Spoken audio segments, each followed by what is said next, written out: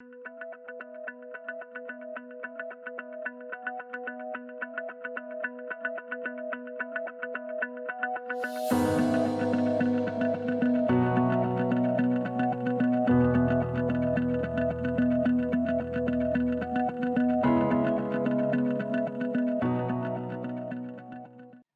tardes a todos y todas. Bienvenidos a una nueva edición de Encuentros Codear. Vamos a estar conversando acerca de una mirada distinta del síndrome del impostor. Si se recuerdan quienes estuvieron o quienes vieron la edición anterior de Encuentros Codear respecto a este tema, estuvimos hablando más desde la perspectiva de cómo lo vivenciamos nosotros como profesionales en la industria de la tecnología o de cualquier otra industria o en la vida en general. Y ahora queremos dar un siguiente paso llevándolo a una mirada un poquito más como deconstruyendo el concepto, si se quiere, ¿no, Lucy?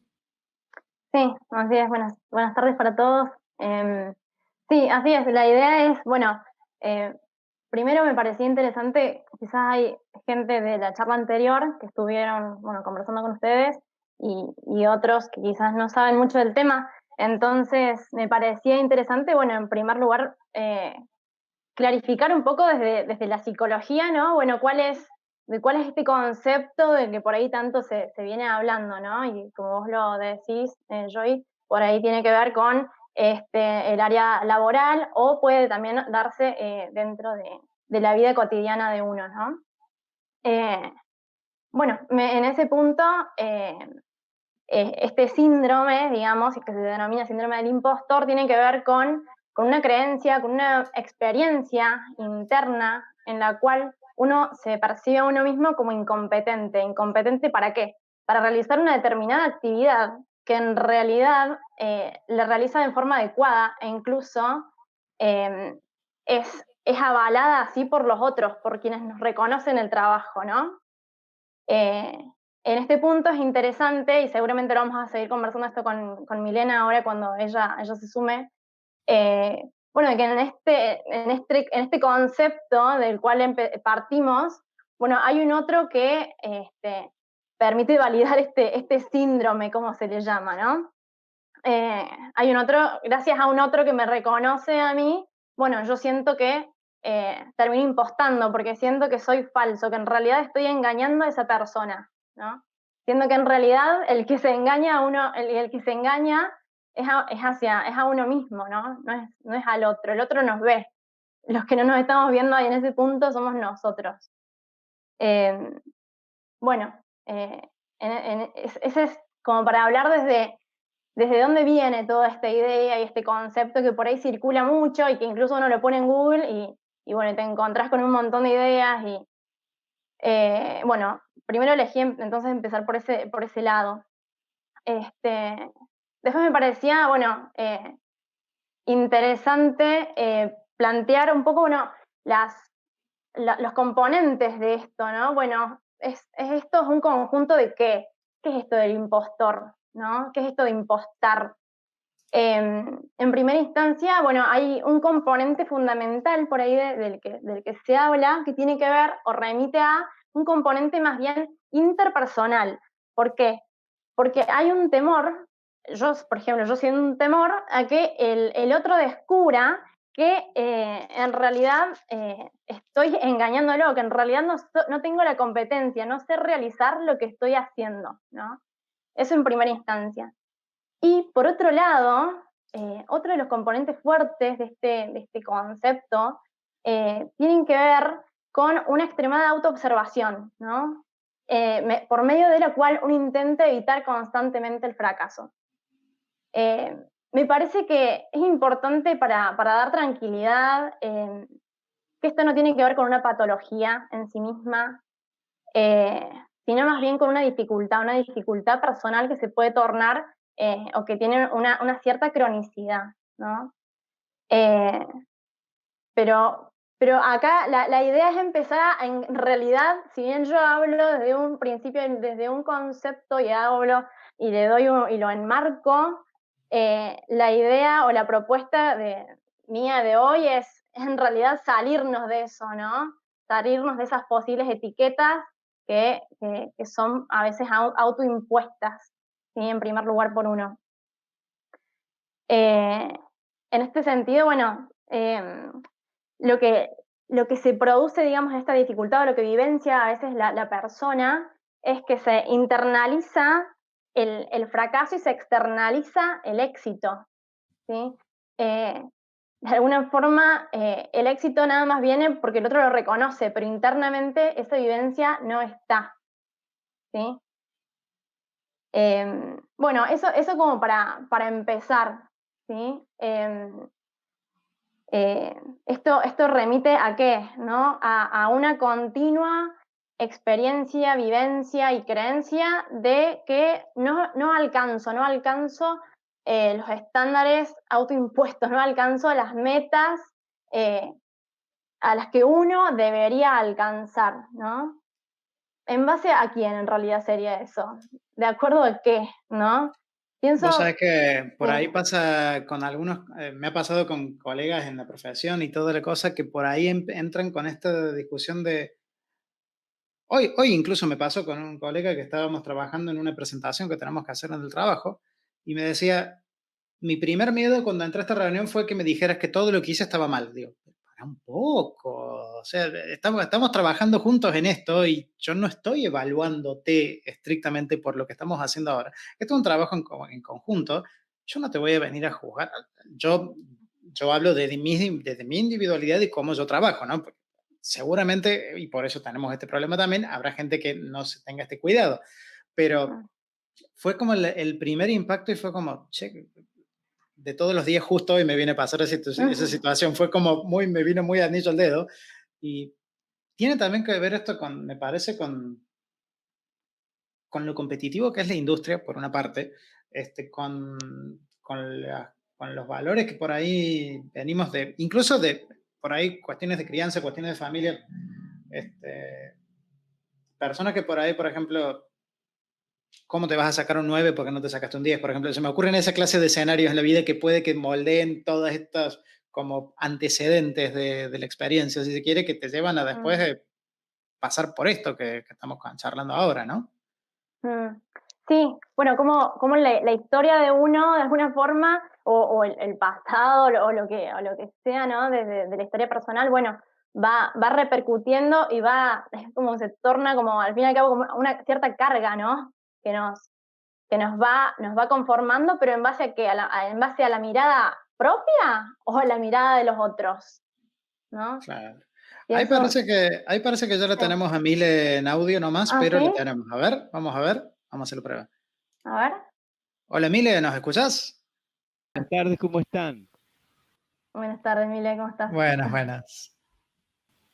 Con este accidente tecnológico de mi parte. No pasa nada, no pasa nada. Justo estábamos charlando con Lucía sobre, bueno, estábamos arrancando más o menos a discutir por ahí como esto de que le decimos del síndrome del impostor depende mucho de la validación de la otra persona, cómo el otro genera esta cuestión de la disonancia entre reconocerse y no reconocerse y este tipo de cosas, ¿no? Sí, hay algo que me parece interesante y a mí me llama la atención dos cosas. Por un lado, el, el, el concepto síndrome, ¿no? El concepto síndrome que se apropia la medicina, se lo apropia Galeno, ¿no? Como un concepto médico, cuando en realidad el concepto síndrome es un concepto netamente filosófico, es un concepto antiquísimo, ¿no? Y que tiene que ver con reunión, concurso, reunión, conjunto. Bien, y cómo, cómo la medicina se apropia del concepto síndrome y lo utiliza como una serie de elementos que tienen una patología, o sea, asociados a una patología. Cuando en la etimología real de la palabra y su contexto original tiene que ver con una reunión, ¿no? Reunión de personas, ¿no? Por ahí puede resultar un poco poco pesado que haga una etimología de la palabra síndrome, que sería muy farragosa de explicar y entender, pero digo, ya de por sí la palabra síndrome a, eh, a los, a los, a los terapeutas, a los filósofos, a la ama de casa, lo remontan indefectiblemente como una cuestión de enfermedad. Ujú. Y ya eso es complicado. Dice, bueno, el síndrome, ¿no? El síndrome como un conjunto de patologías, de situaciones que hacen enfrentar al sujeto, al individuo, a la persona, eh, con cuestiones negativas. Eso por un lado. Eh, pero bueno, ya está apropiado, el síndrome está apropiado por la medicina y ya no hay forma de que la puedan devolver a la palabra a los filósofos. Eh, pero a mí me llama la atención algo que seguramente ya dijo eh, Lu, y me llama la atención de que desde 1978, fíjense, ¿no? Ya se habla de el síndrome del impostor como una deshonestidad a las competencias de la persona, Mm, ¿no? Una especie hay algo deshonesto, en mi competencia, en mi virtud, ¿no? En esta cosa que tiene que ver con mi talento, ¿no? ujú, Eh, Dudar de mi talento. mm, Como que estamos acostumbrados a que, eh, que todo lo que signifique sufrir y trabajar enormemente para conseguir algo vale. Y pareciera que lo que viene con mi naturaleza, que es el talento, no, como es el talento, ya lo tengo, no me genera esfuerzo y por ende, si no me genera esfuerzo, no me genera trabajo y si no me genera trabajo, no me genera validez. mm. Y acá hay de por sí sería, no quiero decir la palabra error, que ya la acabo de decir, pero hay una sutileza en eso, ¿no? Hay una sutileza. Y que me parece que es la consecuencia eh, del síndrome del impostor, ¿no? Desde los 70 para acá, todo lo que nos pasa es sintomático, tiene un conjunto de, de, de desequilibrios que tiene que ver con la baja autoestima, con el exceso Mm, de utilidad, con esta relación de éxito y fracaso, ¿no? sí. Y como filósofa me llama la atención, más que el síndrome del impostor en sí misma, sino como la consecuencia del síndrome, ¿no? Y hoy en esta posmodernidad estamos viendo con precisión, diré, ¿no? La consecuencia de este síndrome, ¿no? Que es la angustia de no poder hacer siempre todo lo que se puede, cuando remarco no lo que puedo, sino todo lo que no puedo. Es Mm, decir, remarcar lo que no puedo es parte de la consecuencia del síndrome, de este síndrome del impostor. Y bueno, sí. ahí aparece el problema del concepto triunfo, el problema del concepto culpa, ¿no? Que son muy exquisitos, pero también siempre viene como anillo al dedo, ¿no? Si no triunfo, está el fracaso, ¿no? Como contrapara, como contracara, quiero decir, como la luz y la sombra, como la luz y la sombra del sujeto experimentado, observado, pero evaluado socialmente. Ahí me callo. Ahí está, sí. No, ahí está, ¿no? Mira, vos recién acabas de decir eso, ¿no? Bueno, evaluado socialmente. Qué duro, ¿no? Si nos ponemos a pensarlo, qué duro quedar siempre bajo esa mirada, ¿no? Si bien somos seres sociales, eso, a ver, no lo podemos es innegable, ¿eh? El punto es los parámetros o estereotipos a los que o los que empiezan a primar dentro de una sociedad, ¿no? ¿Y qué pasa si yo no alcanzo tal meta o tal o determinada cima, determinado éxito? Bueno, ¿qué es el éxito? ¿No? En ese punto eh, a veces pienso que esto de que nunca nada alcanza, nunca nada es suficiente, porque siempre hay que ser más competente, bueno, nos termina de alguna forma alienando, ¿no? Y haciéndonos deshonestos. En primera instancia, ¿con qué? ¿Con qué deshonestos? Con que no todo podemos saber, ¿no? No todo podemos abarcar. Es, Es, es interesante lo que está aportando Lucía, con una nitidez y con una claridad conceptual brillante. Porque la consecuencia de esta deshonestidad nos lleva a la modernidad, a lo que nuestro querido Byung-Chul Han nos dice de la autoexplotación. Es decir, como no nos valoramos, entonces cada cosa que hacemos es un escalón más para una autoexigencia injustificada para, para, para llegar a lo que nosotros llamamos la realización personal. ¿Cuál es la realización personal a la cual debo llegar, ¿no? Y que esa realización personal, en última instancia, es inalcanzable, y como inalcanzable aparece la imagen del burro con la zanahoria, que para caminar supone que cuanto más camina y más rápido camina, más llega, cuando en realidad sabemos que no va a llegar nunca, pero digo, a ver, esta cosa de la deshonestidad conmigo,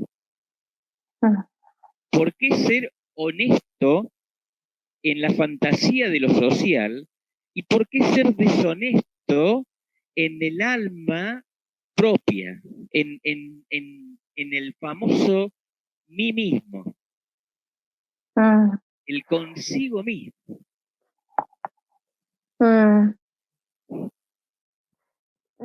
Mientras vas hablando, Emilia, se me van ocurriendo preguntas que sé que después las vamos a ir también revisando juntos, pero bueno, ¿será que pago deshonestidad interior por ganar reconocimiento?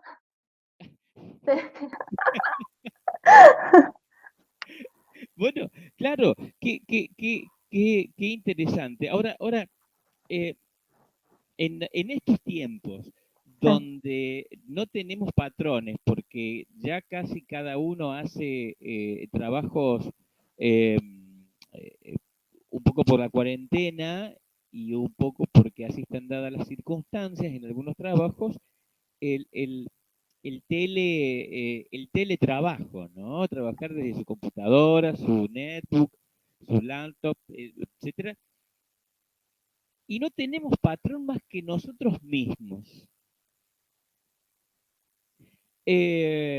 Cuando me, me transformo en mi propio patrón, pero también me transformo en mi propio límite de trabajo, estamos entrando en una especie de honestidad con uno. Nos perdonamos.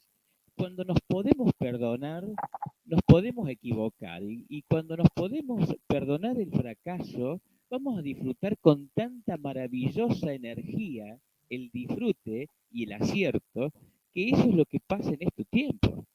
Si usted no puede disfrutar su tristeza, cuando venga su alegría, no tampoco la va a poder disfrutar. Entonces eh, eh, es como cuando alguien me dice, pongo una cara feliz, y yo no sé cuál es mi cara feliz. Lo que sí sé es cómo estoy yo cuando estoy feliz. ¿Se puede impostar la felicidad? Y no lo sé. Hasta ahora yo creo que no hay, no hay forma. Por eso los cotillones es el millonario vendiendo caretas.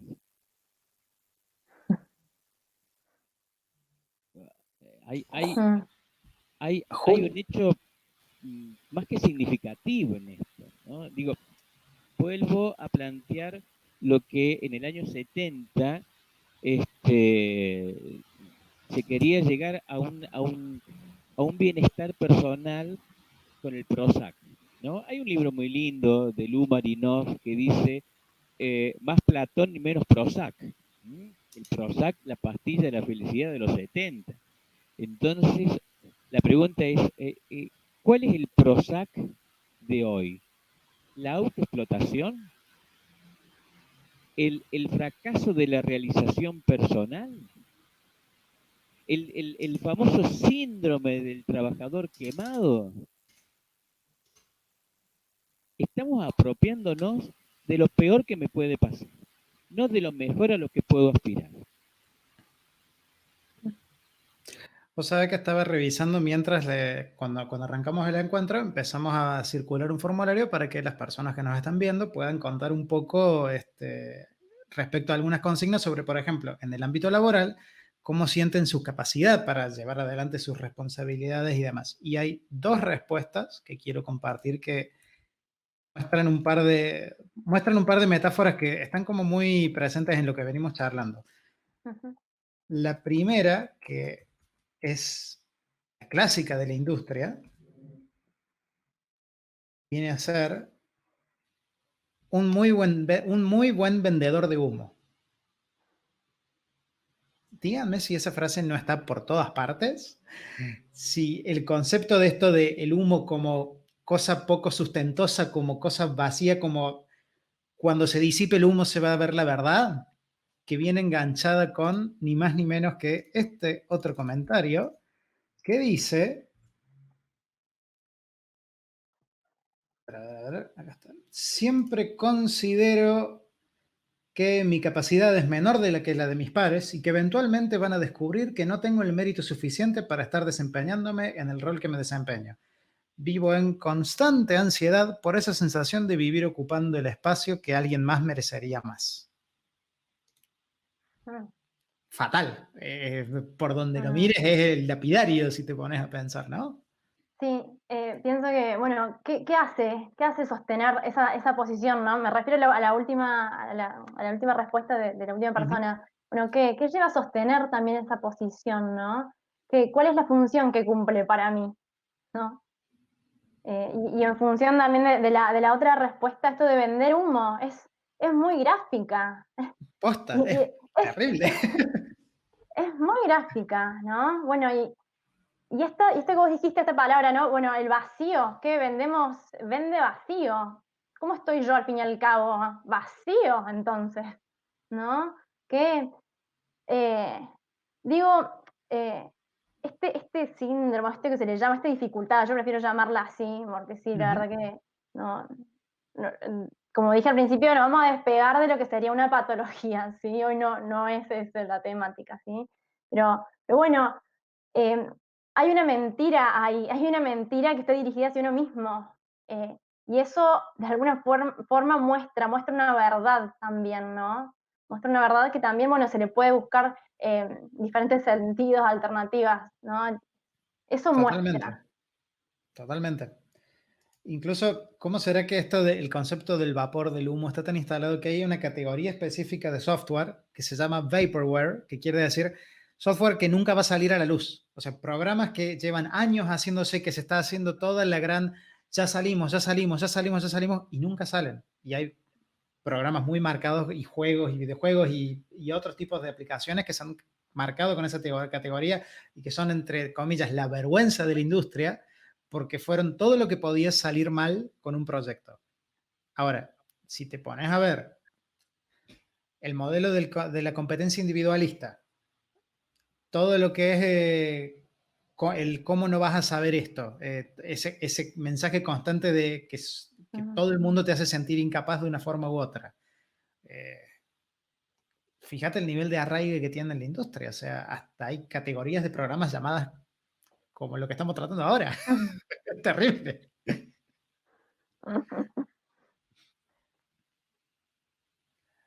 No sé si Mile quiere. Mile, Eh, capaz. sí, me llama la atención algo increíble, ¿no? Que es esto de cómo medir una variable emocional en términos cuantitativos. A ver, ¿cómo es esto? ¿Cómo puedo evaluar la capacidad de alguien? Digo, a ver, cuando yo hablo por teléfono y me dicen, bueno, a ver, le vamos a dejar con una encuesta, ¿no? Le vamos a dejar una encuesta y conteste de 1 a 5, donde 1 es el menor puntaje y el 5 es el mayor puntaje. ¿Está conforme como se lo atendió? Y yo tengo que marcar 1, 2, 3, 4 o 5. Y la persona no me resolvió el tema, pero me atendió también. ¿Cómo marco ahí? Digo, esto de la capacidad del otro, ¿no? La capacidad del otro puede ser evaluada. Mi talento, mi capacidad, puede ser evaluada. Digo, todo aquello que no sale a la luz, por no salir a la luz, es malo. O quizás lo que yo voy recordando algunas cosas un poco por mi edad ya y que van apareciendo así a la distancia, ¿no? Hace muchos años, cuando había un juego de acertar los 13 partidos, que era el PRODE. El PRODE era una tarjeta donde venían 13 partidos de ese día, de un día domingo, donde vos marcabas local, visitante o empate. Si vos acertabas los 13 puntos, o sea, los 13 partidos, le pegabas y le acertabas, ganabas. Era imposible que alguien perdiera. Uno, aunque sea uno, le pegaba. Entonces, sucedió algo. Un día, una persona no le pegó a ninguno. No le acertó a ningún partido. De los 13, no le pegó a nada.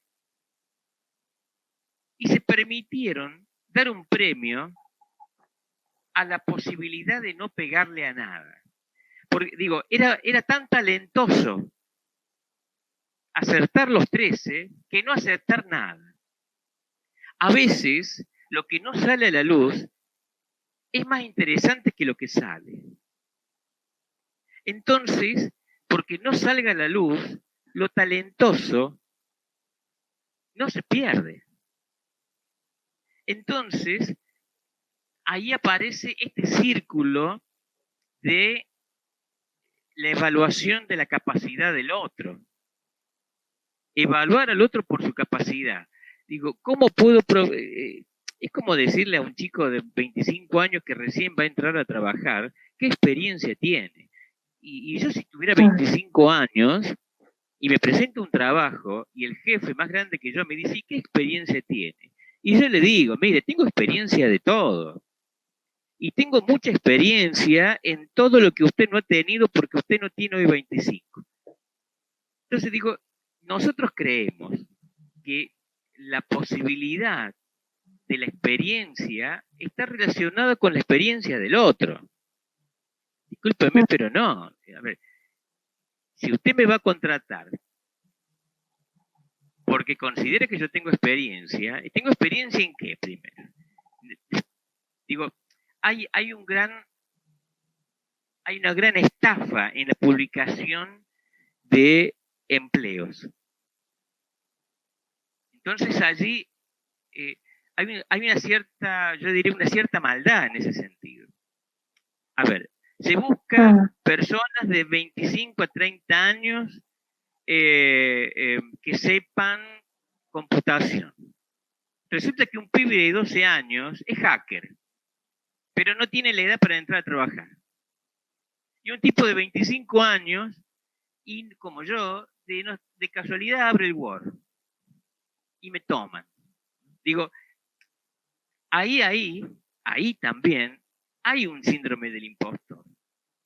No solo en el que se presenta como, como el que tiene duda que de su conocimiento ha podido lograr lo que hizo, sino de quien le pide al que siente el síndrome del impostor, se le haga carne al otro. No sé si me hago entender. Digo, a veces el síndrome en alguien aparece porque el otro también fortalece, pero fortalece de una manera de poder, ¿no? De poder, de autoridad, ¿no? Entonces ahí está el problema también. Digo, una cuestión de autoridad, porque una cosa es la autoridad y otra cosa es el poder. Sí, pienso en esto que decís, Mile, y bueno, y cómo esto o esta dificultad se da para cada quien, ¿no? Se da para cada persona de una forma distinta, ¿no? Uno puede decir, hablar del concepto, determinadas características de lo clínico, pero está lo subjetivo, ¿no? Cómo lo vivencia también cada uno, ¿no? Y cómo esta situación o esta dificultad aparece en un momento o en una circunstancia que también tiene que ver con lo subjetivo. No se da de una forma genérica para todos en determinado momento de la vida, ¿no? Tiene que ver con un momento particular de esa persona, ¿sí? ¿Qué produce? Bueno, angustia, dificultades, ¿sí? No bloquea el hacer, pero lo hace vivir de un modo angustiante. No me van a elegirme en el trabajo, ¿no? No, esto yo mejor no me presento acá porque en realidad no lo sé hacer. Sí, ¿de qué manera y cómo el otro con autoridad, pero que no por tener autoridad, tiene autoridad moral, obviamente. Debe tener autoridad de mando para que yo haga o no haga, pero no es autoridad moral, eso está claro. Hay una gran distinción entre el que manda con autoridad moral y el que manda por una situación X que le vino caído del cielo. Pero digo, a esta impronta que me genera el otro, ¿no? Porque el otro genera miedo. El otro te impone el miedo. Te hace desnudar tu miedo. Te lo presenta el miedo adelante tuyo y te dice, este miedo es suyo. Y si usted no pasa este miedo, no va a encontrar este trabajo. Hay una simbología de la palabra, digo, hay lo que decía Lacan, pero no vamos a andar haciendo cosas, explicando cientificismo, pero quiero decir, la simbología del poder es colocarle al otro, ¿no?, su propio miedo delante. Entonces me despersonaliza. Despersonalizarme es la mejor manera de perder un laburo, de perder una novia, de perder un egreso universitario, de perder un viaje. Cuando el otro me despersonaliza, lo que hace en última instancia es separarme de mí, de mi propio yo, de mi propio self, si se entiende, ¿no? De mi propio yo, de mi propia estructura emocional, de mi yo estructurado. ¿Y qué hace? ¿Qué me pasa cuando el otro me despersonaliza? Y bueno, empiezo a tener sobreingesta de todo. Y tengo sobreingesta de alimentos o sobreingesta de posesión de elementos. Y cuando tengo superpoblación de cosas en mi vida, empiezo a tener el faltante de mí mismo. Entonces, es terrible lo que pasa, no solo como esta cuestión del síndrome del impostor es la imposibilidad de reconocerme a mí mismo, sino como la consecuencia de esta situación se le aparece al otro con autoridad y me despersonaliza. Porque ojalá que solamente quedara esta cuestión de que yo creo que yo no valgo. En algún momento me doy cuenta que valgo.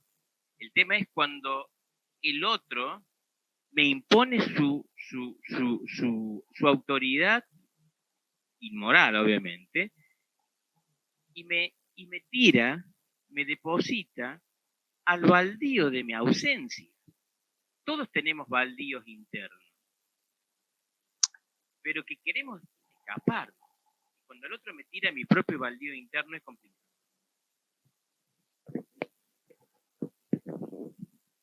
Sí, Lu. Sí, sí, pienso esto en el trabajo clínico, en el consultorio con los pacientes. Pasa mucho esto, ¿no? De la necesidad de poder tener una mirada propia de lo que yo hago, ¿no? De lo que yo quiero, ¿no? Esta necesidad que es desde la cual, bueno, es necesario, vos traías recién, bueno, cómo hacer para que el otro se separe de mí, ¿no? Porque despersonaliza. Bueno, ¿cómo hacer yo para separarme de ese otro, ¿no? De esa mirada que se torna incluso hasta persecutoria, de eso eh, que no me deja incluso revisar aquellas cosas que sí, que son parte eh, de mis ausencias, como traes vos, ¿no? Pero en ese punto es, bueno, ¿qué se hace con eso? ¿Qué hago con lo que siento que me falta? ¿Qué hago con lo que veo que no, con lo que doy cuenta que no estoy pudiendo, ¿no?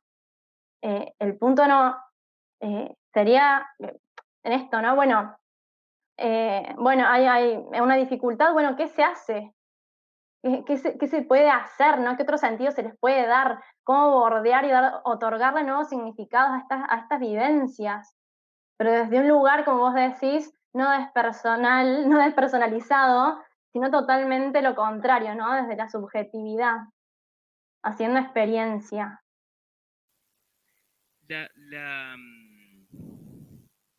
Yo le escucho a Lucía y me genera tantas preguntas, ¿no? La veo a la Lucía como Sócrates, ¿no? El abejorro que pregunta y que te hace incorporarte a tu propia realidad, ¿no? Me llama poderosamente la atención permanentemente, ¿no? Esto de los conceptos tan, tan sociales hoy, son conceptos sociales pero que no tienen una definición clara. Cómo con esfuerzo logras todo, ¿no? Siendo honesto llegas a todos lados, diciendo la verdad vas a ser el más querido, hay que ser humilde, caritativo, digo, desconozco completamente de todas esas palabras. Cuando me pedís que te diga la verdad, lo haces no en un sentido real, sino en un sentido simbólico. Decime la verdad, pero ten en cuenta que me hace mal, ¿no? Digo, el, el, el, el discurso de doble filo, ¿no? Decime la verdad, ¿no? Alguien le dice al otro, ¿no? Mira, prefiero que me digas la verdad y que no me mientas. Bueno, el otro le dijo la verdad. Entonces el otro dice, bueno, pero podrías haber sido más delicado. Bueno, siempre confundimos los valores, la virtud con la estética. ¿Qué es una verdad buena?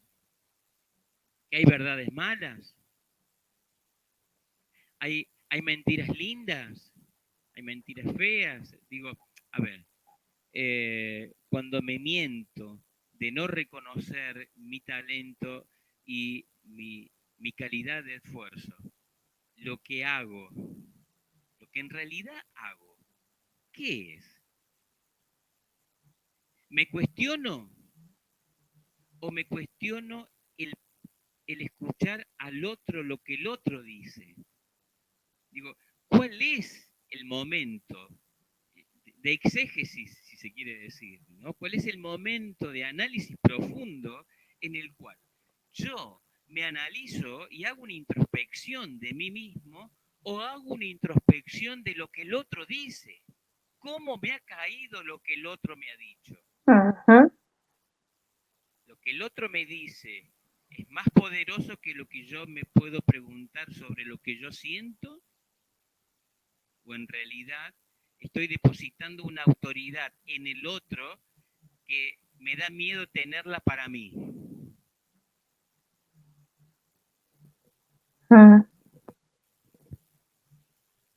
Me da miedo tener tanta autoridad. Me da miedo tener el poder sobre mí, la flauta. Entonces prefiero que el otro me mande. Sí, bueno, es hacerse cargo, ¿no? De lo propio, de lo de uno. Justo ahí, con eso de hacerse cargo, acabas de Sí. tirar un temita, justo un comentario entró en referencia a algo por el estilo, sobre esta cuestión de si se acepta si aceptamos el reconocimiento de nuestros logros, ¿no? Y una de las personas se animó a contarnos a ver, que es difícil, que trata de aceptarlos, pero muchas veces o bien se pone incómodo estar en el lugar de recibir elogios, o bien no los siente genuinos y cree que solo son por cortesía. Y de vuelta, ¿no? Con esto oh, ¿cómo voy a ser yo quien se merezca esto, ¿no? Es muy divertido cómo caemos en este círculo, divertido en el sentido irónico de la palabra, ¿no? Cómo estamos en este círculo vicioso de que queremos progresar, pero en el momento que alguien nos admite que estamos progresando, es como que, no, esto no es progreso, tengo que seguir machacándome hasta llegar a dónde, a dónde queremos llegar, ¿no? Sí. Sí, bueno, pienso que es esto de lo que hablábamos al principio también, ¿no? Bueno, una experiencia, una experiencia interna de que no soy suficiente, no es suficiente lo que hago, y una experiencia, y lo externo que, que viene desde el lugar, sí, desde el reconocimiento, desde lo que sí yo he podido hacer, ¿no? Bueno, ¿por qué? ¿Por qué hay tanto costo personal para asumir lo que uno sí puede, ¿no? Para poner en valor, ¿no? Para ponerse uno en valor. ¿Qué, qué hay detrás de eso, no? Totalmente. ¿Cuál es el punto de la palabra suficiente? ¿No? Hay una hermosa paradoja que dice, yo acá tengo un conjunto de arvejas. Tengo un conjunto de arvejas. La pregunta es, ¿cuántas arvejas son necesarias para que yo pueda decir que es un montón? La otra pregunta es, ¿cuántas arvejas debo sacar para que dejen de ser un montón? En este caso, voy al tema de lo suficiente. ¿Qué cosas, pero también cuántas emociones que debo experimentar deben ser suficientes para darme cuenta de el valor como persona, como trabajador, como yo mismo? ¿Cuánto debo sacar del otro y cuánto debo dejar de mí? ¿Cuánto debo tener de mí y cuánto debo extraer o incorporar del otro? Digo, la palabra suficiente es una palabra tramposa. ¿Cuándo es suficiente? ¿Suficiente para mí o suficiente para el otro? Si es suficiente para el otro, y la medición es del otro.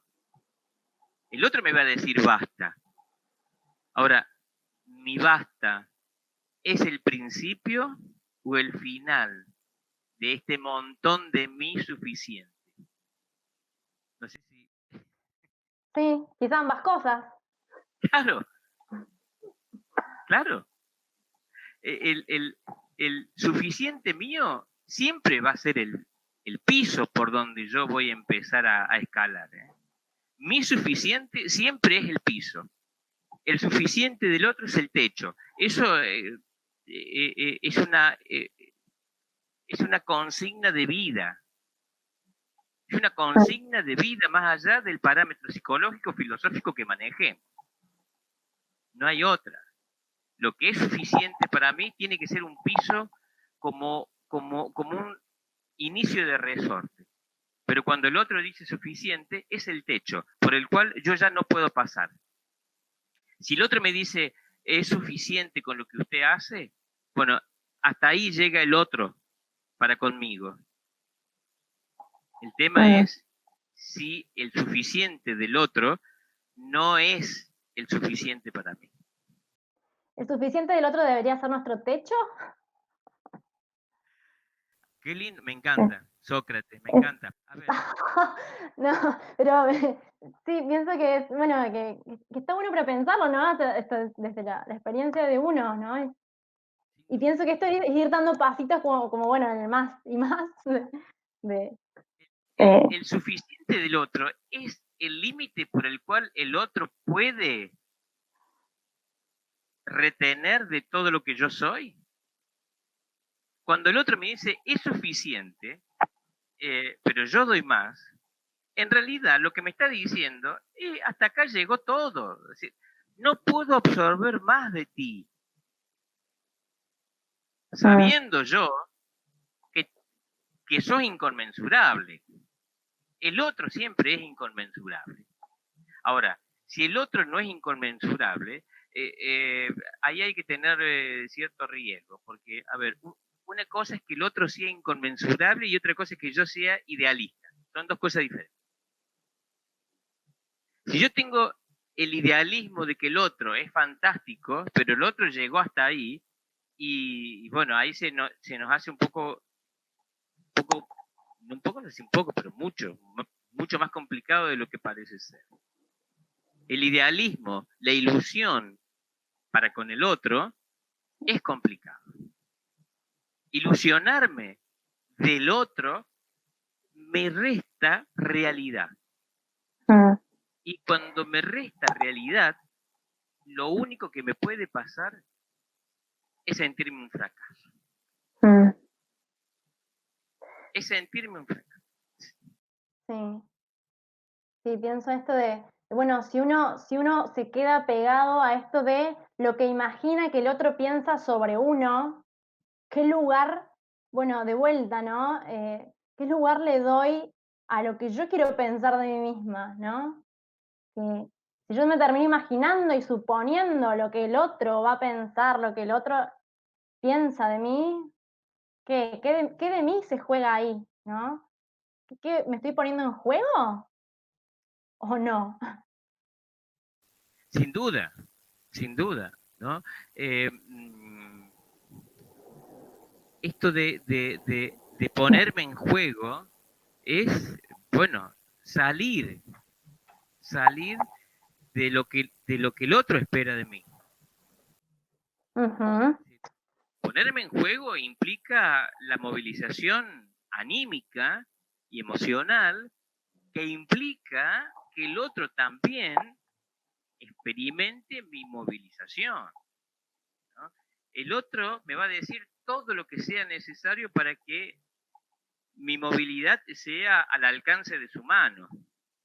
El tema es si mi movilidad está en relación al alcance de mi mano, que es diferente.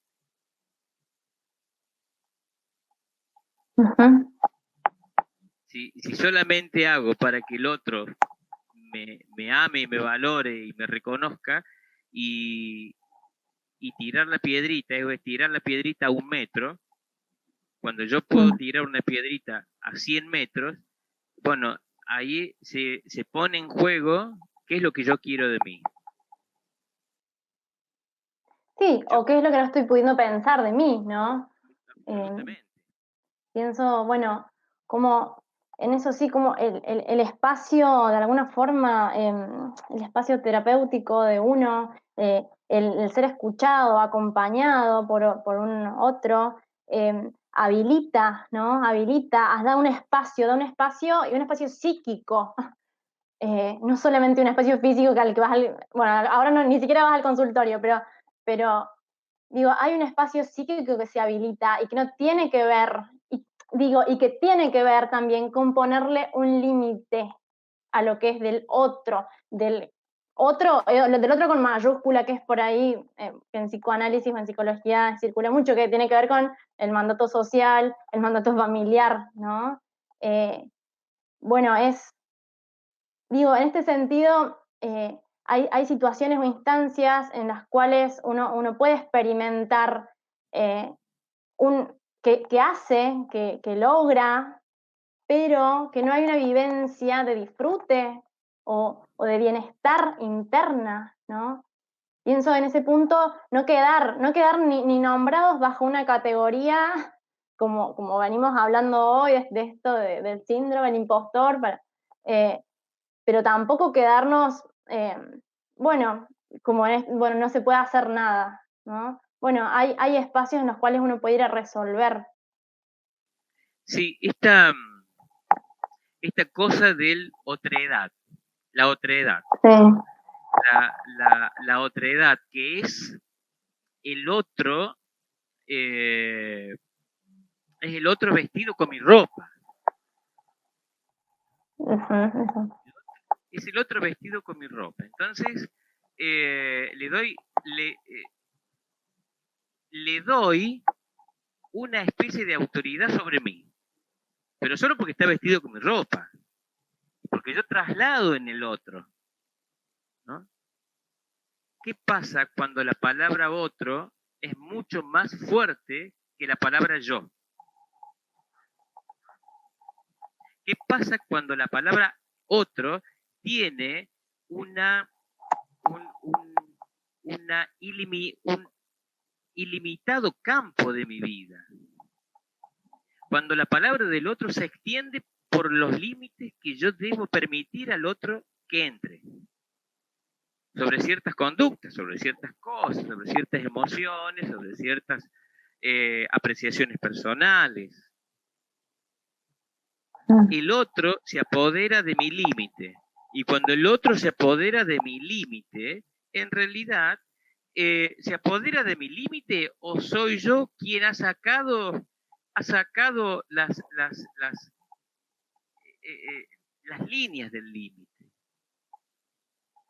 Mi límite implica una defensa de mi vida. Cuando yo pongo límites, estoy poniendo en defensa mi soberanía personal, mi soberanía emocional. No es una cuestión de cuando yo pongo límite, es porque quiero excluir, ¿no? Es reconocimiento de mi espacio personal, de mi espacio emocional, de tu espacio personal y de tus expresiones. Digo, esto de la filosofía existencial tiende a ser un poco confusa, pero que en realidad me genera una gran angustia, ¿no? El otro. ¿Qué es el otro? El otro, para los metafísicos, el otro es un yo en otro cuerpo.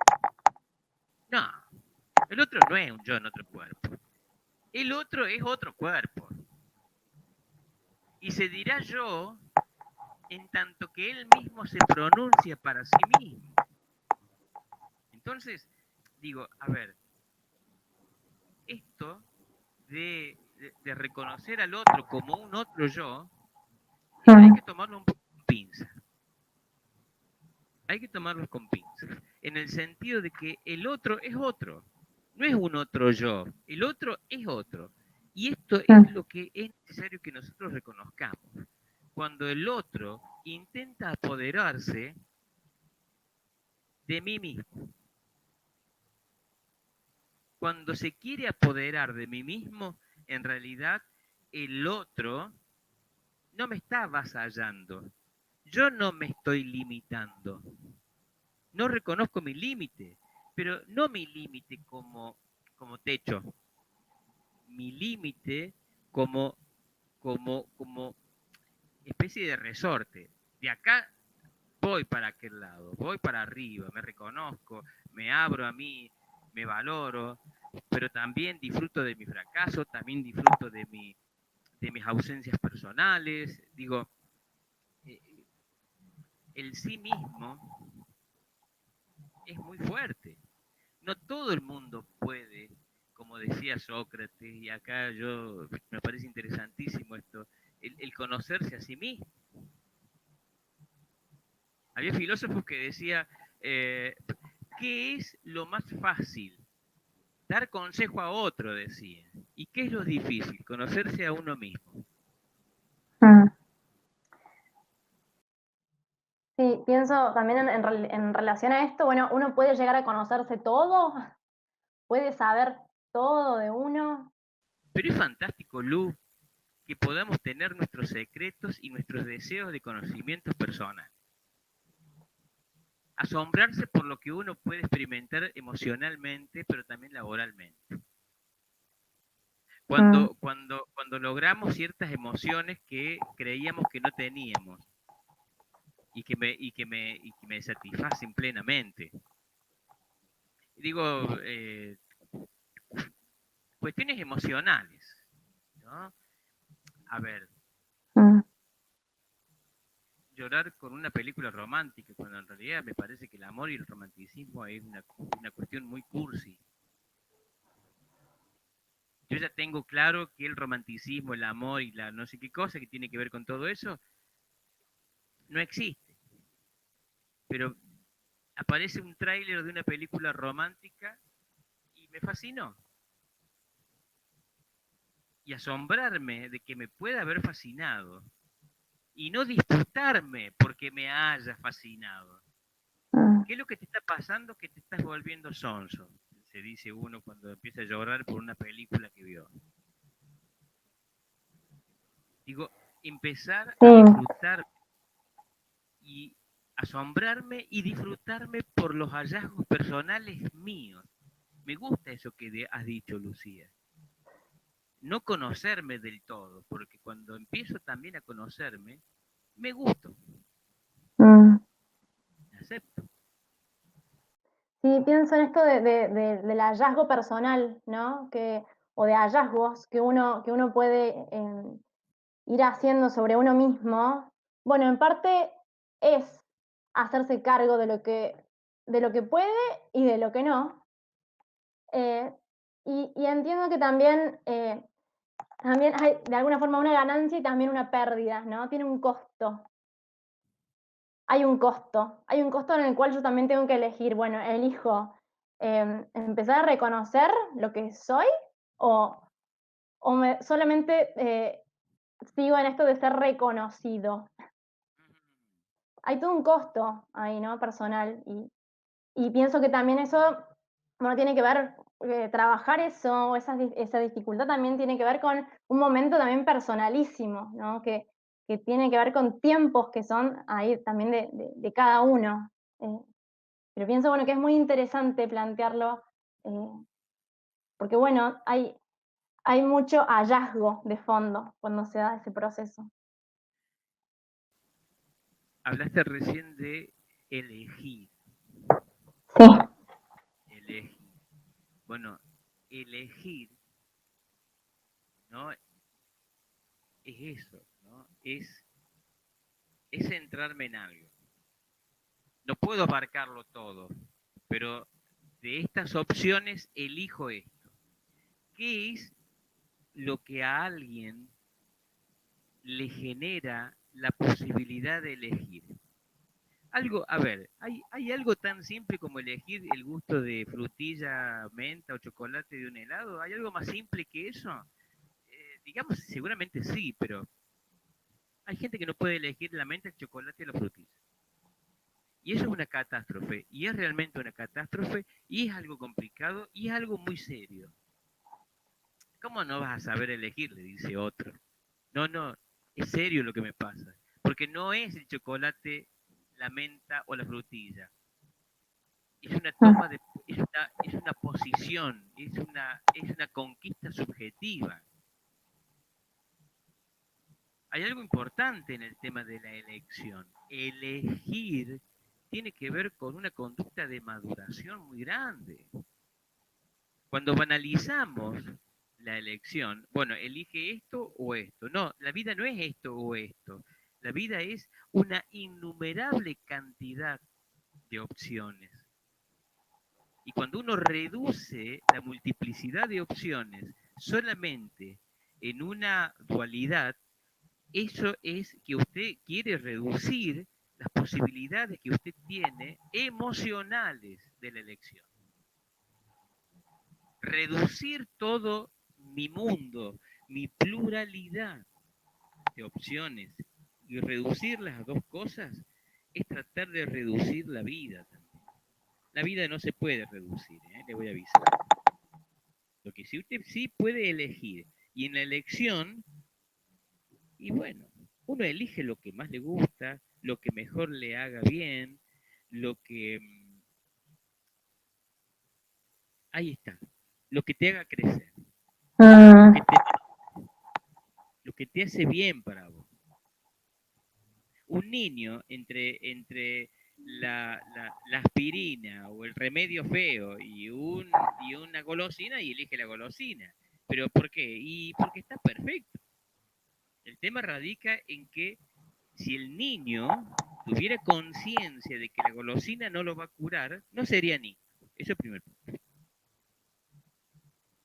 Pero si usted elige, siendo adulto, la golosina sobre la medicación, entonces su campo de elección es una negación.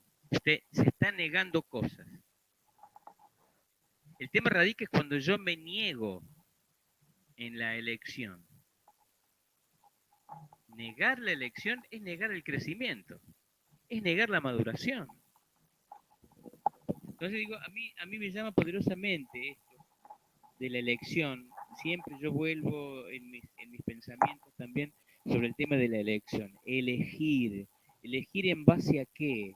¿Qué es aquello que debo tener en cuenta para poder elegir? Porque no estoy eligiendo una cosa real.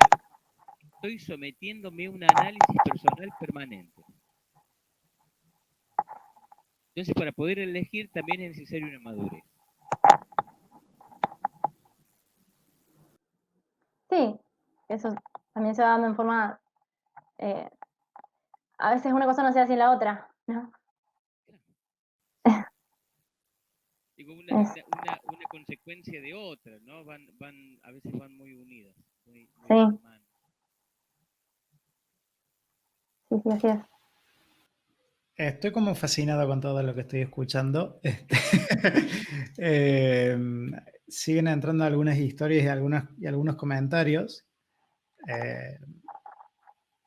Volviendo sobre cómo considero que es mi capacidad, hay una persona que, lo voy a leer porque es larguísimo para pegar por texto. No tengo una respuesta simple al respecto. Por un lado, me considero muy inteligente, pero a veces me siento menos que mis pares, no por una falta de capacidad, sino por una falta de conocimientos. Lo veo a veces como una competencia que no me hace falta ganar, pero que tengo miedo de quedar último. No dudo en general de que sea inteligente, dudo a veces de si realmente entiendo lo que sé, porque a mi forma de verlo no alcanza con ser inteligente. ¿Y entonces con qué alcanza? me sale preguntar eso para empezar. Creo que hay como muchísima tela para cortar con el tema de todas las causas y todos los caminos que nos pueden llevar a sentirnos como nos sentimos con, vamos a hacerle caso a Lucía, vamos a dejar de decirle síndrome, le vamos a decir dificultad. Cuando estuvimos armando la charla previa para preparar este encuentro, una de las cosas que Lucía me había comentado es que esto del autodiagnóstico, ¿no? De cómo nosotros nos consideramos que tenemos esta dificultad y por eso vemos que cómo se resuelve. Y no hay salida, porque como es un autodiagnóstico, solamente yo lo padezco, por ende, solamente yo sé, o sea, la receta para salir de eso me va a servir a mí y a nadie más, entonces. Y de repente tenés millones de personas que tienen esto, entonces, ¿qué? ¿Hay millones de formas de salir o cómo hacemos entonces? Porque parece que es una dificultad sin solución, es como un problema de matemáticas que no podés despejar la X de la ecuación. Entonces, tiene que haber alguna manera de quebrar con ese ciclo de alguna forma, ¿no? ¿Cómo podemos ir encaminando esto de reconceptualizar esta dificultad?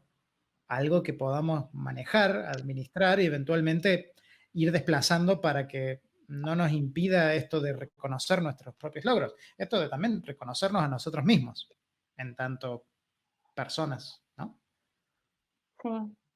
Si vos decís, bueno, ¿cómo podemos ir o hacer camino para reconceptualizar?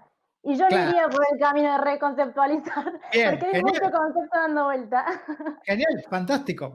Pasamos a lo concreto entonces. Mejor todavía. A ver, yo también desde mi área, ¿no? Digamos, el camino que vengo haciendo desde ahí. Y esto de que hemos charlado sobre esto del autodiagnóstico o incluso de la tranquilidad que a uno le genera, bueno, tengo esto, ¿no? Porque cumplo ciertas características, todo tengo tilde ahí, bueno, tengo esto, ¿no? Claro, y hasta el Em, punto que lo podés usar de excusa después, que es como, bueno, pero te estás quejando de que no, de esto y de repente lo estás usando como excusa. ¿Cómo funciona eso, no? sí, sí. Em, el punto es, bueno, que eso encima me hace terminar padeciendo, de alguna forma, ¿no? Me hace estar en una situación que sufro, que me angustio y que la paso mal, ¿no? Ya sea en el laburo, ya sea, no sé, dentro de algún vínculo particular eh, o dentro de una etapa de mi vida que estoy, bueno, finalizando, o dentro de la etapa de estudiante o lo que fuere, ¿no? Pienso que desde el abordaje psicológico y psicoanalítico por ahí concretamente es, bueno, ¿qué se hace con eso? ¿No? Ya sabemos que si nos quedamos con la categoría a solas y no hacemos nada, ¿no? Y eso sí ya se juega de un modo particular para cada quien, para cada persona, ¿sí? Ni siquiera esto de hallar una solución no es en términos incluso de quedar cerradito como algo como algo que se acaba, ¿no? Tiene Claro, que ver con todo lo contrario, con, como decía Mile, bueno, de salir de estos techos que son impuestos la mayoría de las veces por otros. Yo, Mile, vos seguro tenés para decir cosas. Sí, sí, seguro. A ver. yo pensaba en la trampa de la palabra. Uh-huh. La trampa de la palabra. Veamos, a ver. Si yo quiero saber, por ejemplo, a cuántos grados, a ver, mi objeto de estudio es el agua. Entonces, como mi objeto de estudio es el agua, puedo ver si a 100 grados es el punto de ebullición, a no sé cuántos grados es el punto de no sé cuánto. Es decir, el objeto de estudio y el instrumento de estudio son diferentes. En la palabra, ¿cómo analizo yo la palabra? ¿Con qué instrumento utilizo y analizo la palabra? Con la palabra. Entonces la palabra se transforma en juez y parte. Entonces cuando yo me digo, no soy capaz, nadie puede contradecirme, porque Exacto. soy juez y parte. Es como a un tipo que robó un banco, ¿no? Sea ladrón y policía a la vez.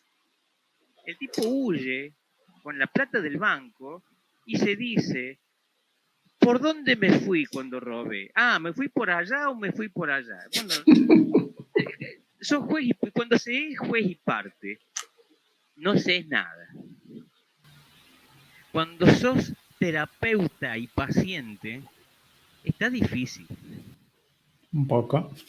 ¿No? Digo, cuando vos mismo te definís en un diagnóstico equivocado, lo que está sucediendo es que te estás clavando como Jesús vos mismo los clavos. Los clavos, ¿no? Si bien es imposible que te puedas clavar las dos manos al mismo tiempo, ¿no? O te clavas una mano te clava o te clava el pie, pero no te puede clavar los dos brazos. Entonces, acá es maravilloso esto. como no puedo clavarme las dos manos, porque una de las dos tiene que quedar libre, la que queda libre es la que me quita el clavo. La trampa de diagnosticarme también tiene, a mi parecer, la hermosa cualidad de poder quitármelo. La misma mano que me clava es la misma mano que me cura. Si bien es cierto que necesitamos de la palabra del otro, que es maravillosa, también necesito de mi compasión, de mi amor. También necesito del perdón propio, pero también de mi rejuvenecimiento de mi propia palabra. Yo me bautizo con el nombre de persona que puede hacerlo también. Si no todo, pero gran parte.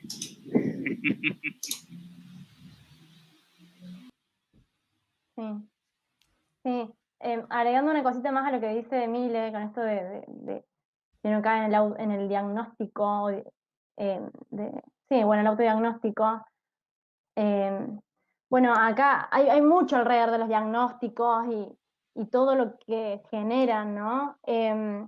Y en ese punto a veces la psicología incluso queda entrampada por obra misma, pero en esto de el diagnóstico, ¿no? Como si ir al psicólogo fuera para ser diagnosticado con un mal, con algo que debes tener, ¿no? Como si tuviera que ver con eso, mientras que sí, a ver, puede haber algún término o alguna cuestión clínica que a uno como profesional le ayude, pero eso no quiere decir que, que uno va para ponerle un nombre a esto que le pasa, nada más, ¿no?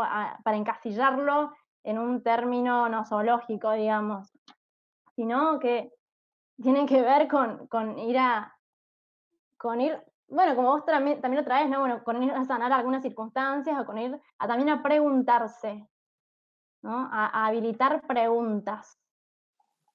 Bueno, bueno, ahí estoy fantásticamente de acuerdo contigo, Lucía, en preguntarse. La pregunta sanadora, la pregunta sana.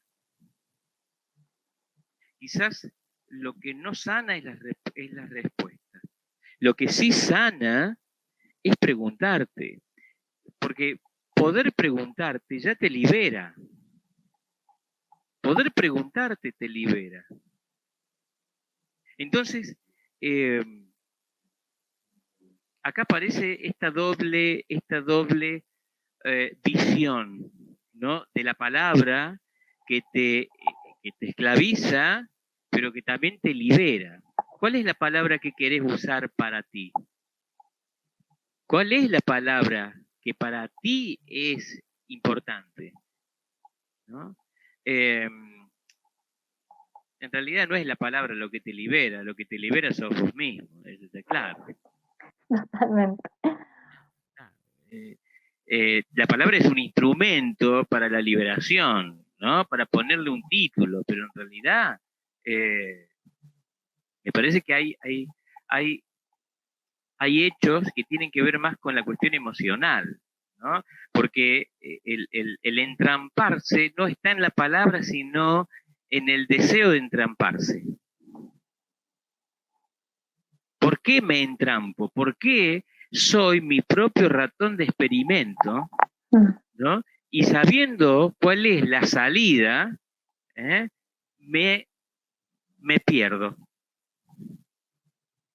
Me es necesario perderme. Quizás porque creyendo que yo perdiéndome me va a encontrar esa persona que yo quiero que me encuentre. ¿Quién es la persona que quiero que me encuentre en este laberinto de mí mismo? Y bueno, usted mismo. Usted mismo. A ver, lo que tiene que hacer usted, no sé si es lo que tiene que hacer usted, pero si yo estuviera entrampado y siento este síndrome del impostor terriblemente en mí, lo que hago es simple. Agarro un ovillo de lana, una madeja de lana, la ato a la parte más estable de mi casa. Y vaya a saber qué será. Y me pongo la otra punta del ovillo en el talón, en mi propio tobillo. Y me voy a bucear por mi casa, me pierdo en los laberintos, no me reconozco, me olvido de mí, acepto la autoridad del otro, hago todo lo que quiero. Cuando ya me cansé de todo eso, bueno, ¿qué hago? Voy siguiendo el hilo, como hizo Teseo, en el mito de matar al Minotauro, y volvió a salir del laberinto. No entre al laberinto si usted no tiene un hilo para que lo guíe para salir. La filosofía y la psicología son tramposas. Pero si usted quiere perderse en el laberinto, en realidad lo tramposo no tiene validez, pero lo sonso sí. Perderse en el laberinto de uno mismo, sin saber salir de uno mismo, a veces es la peor enfermedad que uno puede tener. Porque recuerde que el laberinto que usted crea en usted lo ha creado. Usted es Dédalo, el Dédalo cretense que construyó el laberinto de Knossos. Cuando el rey Minos le dijo a Dédalo, haga un laberinto. ¿Cómo construyó el laberinto? Dédalo lo construyó desde el interior hacia el exterior. Cuando la gente construye un laberinto desde el exterior al interior, no sale más. Eso está claro. El síndrome del impostor es el laberinto que usted se construye. Se construye. Pero no construye el laberinto desde el centro del laberinto hacia afuera. Lo construimos siempre desde el afuera hacia adentro. Porque lo que dice el afuera es el material de construcción de mí mismo. Cuando coloco como cemento y como ladrillo lo que el otro dice de mí, estoy construyendo laberinto para encerrarme en mí mismo. Cuando voy construyendo el laberinto desde mi interior al exterior, y bueno, la cosa cambia. Digo, el alma humana es un laberinto o es una estructura emocional, psíquica, filosófica, metafísica, donde puedo construir todo lo más bello que yo puedo construir de mí. El tema es cuando yo me entrampo, cuando yo soy mi propia rata y pongo mi propio queso y pongo mi propia trampera.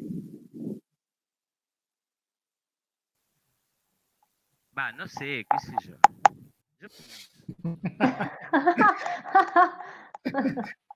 Me encanta cuando él remata sus conclusiones tan profundas con un no sé, yo pienso. Ok, somos conscientes de todo esto que nos pasa ahora, con todo esto que venimos charlando. Y ahora, ¿cuál es el siguiente paso? Si tuviéramos que darle forma a eso. Sí, bueno, yo hablo un poco desde el área de trabajo, digamos. Claro. Algo que me parece que es para remarcar e incluso para demistificar que está incluso mucho más trabajado, mucho más socializado, pero en torno a hacer una consulta psicológica, aún hoy hay mucho miedo de que, no sé, yo estoy un poco loco, o cómo voy yo a ir al psicólogo, ¿no? Como si todavía siguiera siendo un tabú, ¿no? Mientras que, bueno, yo por supuesto que considero que el espacio de terapia es un espacio en el cual es un espacio de crecimiento, por sobre todo, ¿no? De crecimiento que implica un tiempo y que ese tiempo siempre va a ser subjetivo, por eso no es ni a presión, ni forzado, pero es un tiempo en el cual, bueno, por medio sobre todo por ahí de preguntas, bueno, se llega a muchos hallazgos, ¿no? No hallazgos cerraditos, sino hallazgos que me ayudan a ir y a ir a más en relación a lo que yo deseo, a lo que yo quiero. Creo que no dije 3 puntos, no sé exactamente qué dije, pero bueno, pienso que el mensaje que quiero dejar en claro es eso, ¿sí?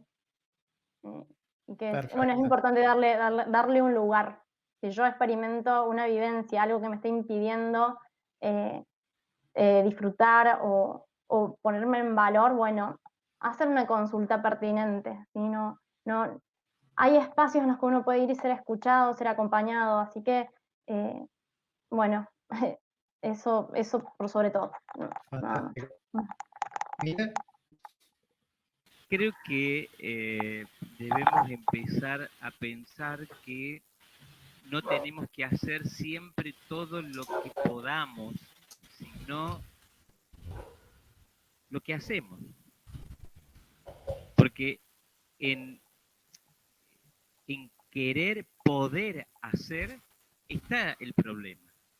No se trata de querer poder hacer, se trata en hacerlo. Hago esto porque es lo que puedo.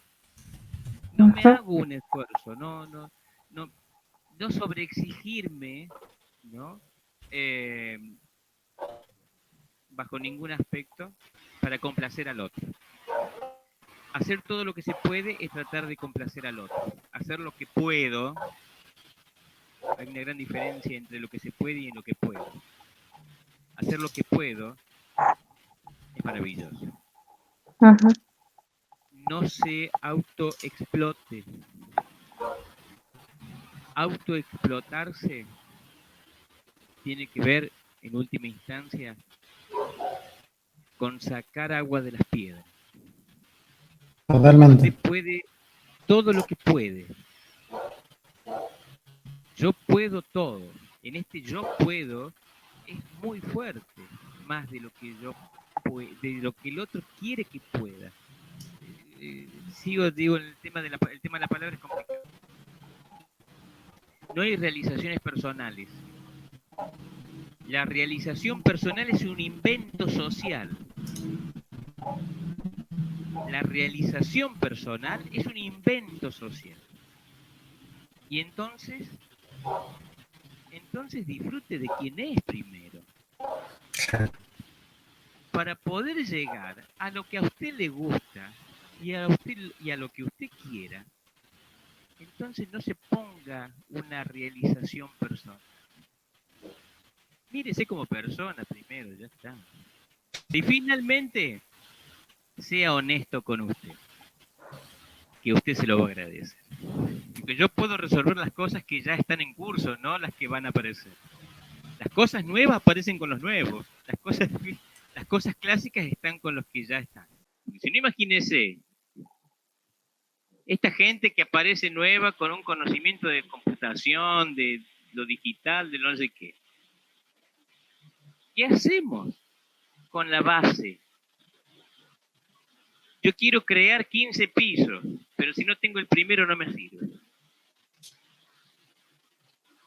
Si yo construyo sobre un muy buen primer piso, voy a poder hacer los 15. Si un primer piso no lo puedo sostener, no puedo sostener. Uno siempre puede seguir también aprendiendo, y creo que también ese es el desafío, ¿no? Que uno más nuevo pueda resolver algo que yo con más experiencia, con más años no lo puedo hacer, bueno, no quita que yo también lo pueda aprender, y bueno, creo que también ese es un desafío también personal, digo, esto de volver a repensar, bueno, en base a quién quedó al fin y al cabo, o dónde está mi mirada, solamente desde el otro, desde lo que yo veo que hacen los otros externos, lo que logran los otros, y lo que yo hago que, y lo que yo sé que. Bueno, gracias a ustedes por el espacio. Vamos. Bueno, nos vemos, chao, chao.